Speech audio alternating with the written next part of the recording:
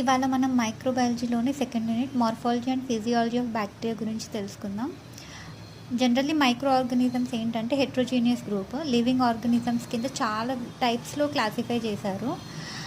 వీటి రెండింటి కింద క్లాసిఫై చేశారు. వేటి కింద అంటే ప్లాంట్ కింగ్డమ్లోను ఇంకా యానిమల్ కింగ్డమ్లోను.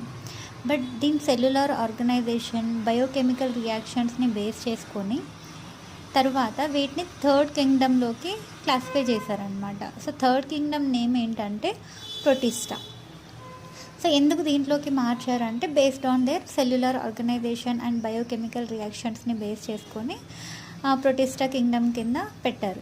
దీని తర్వాత మళ్ళీ దీంట్లో కూడా డివైడ్ చేశారనమాట మైక్రో ఆర్గానిజమ్స్ని 2 గ్రూప్స్గా, ప్రోకారియోటిక్గా ఇంకా యూకారియోటిక్గా.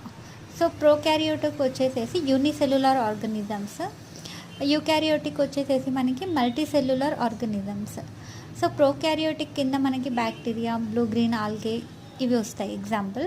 అండ్ యూకారియోటిక్ కింద వచ్చేసేసి ఫంగి, ఇంకా other type of algae, slime moulds and protozoa, ఇవి మాత్రం యూకారియోటిక్ కింద కన్సిడర్ చేస్తారనమాట. Okay, so differentiation between prokaryotic and eukaryotic cells చూడండి. క్యారెక్టరిస్టిక్స్ ఎలా ఉంటాయి మనకి.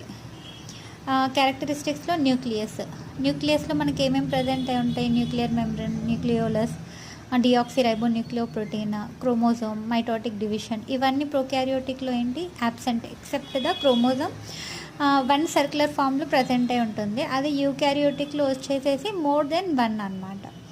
ఓకే, అండ్ సెకండ్ క్యారెక్టరిస్టిక్ వచ్చేసేసి సైటోప్లాజం. సో ప్రోకారియోటిక్లో ఏంటంటే సైటోప్లాస్మిక్ స్ట్రీమింగ్ కానీ, పింకోసైటోసిస్ కానీ, మైటోకాండ్రియా కానీ, లైజోజోమ్స్ కానీ, గోల్గి అపారటస్ కానీ, ఎండోప్లాస్మిక్ రెటికులం కానీ, ఇవన్నీ యాబ్సెంట్. బట్ యూకారియోటిక్స్లో మాత్రం ఇవన్నీ ప్రజెంట్ అయి ఉంటాయి అన్నమాట.